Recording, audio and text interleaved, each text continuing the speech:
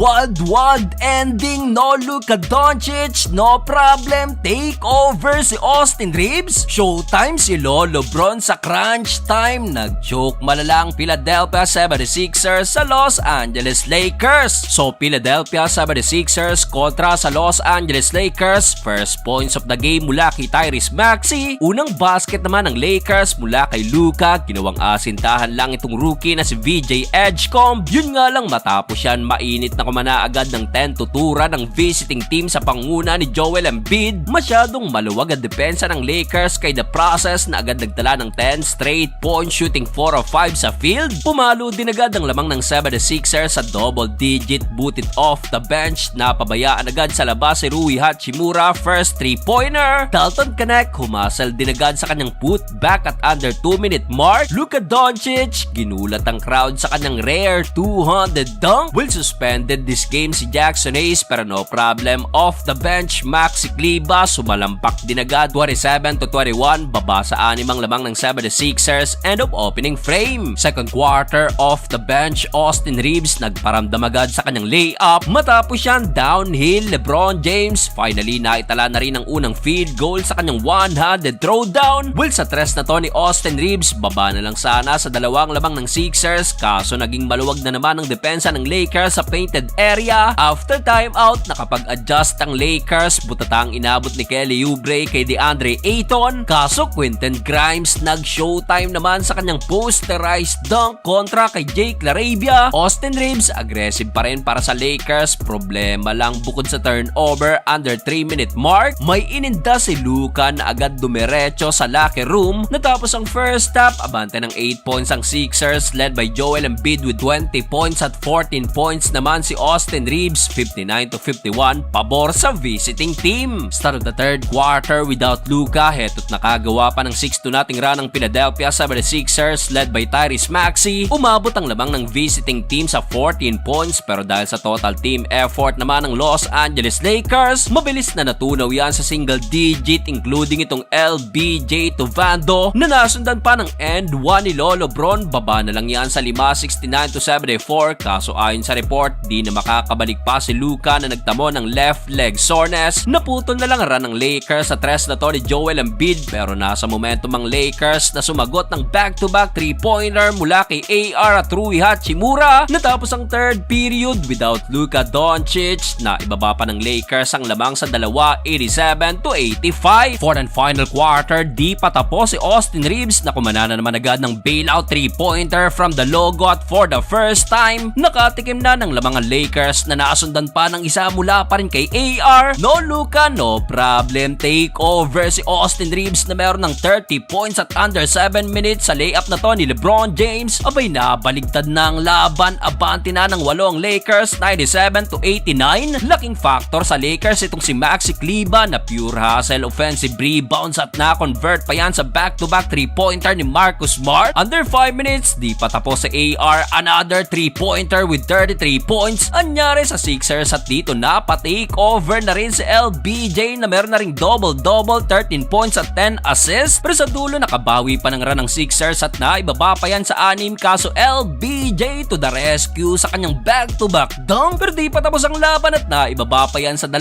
butit na libre si Hachimura sa kanyang dunk at sa huli na kompleto ng Lakers ang comeback without Luka Doncic.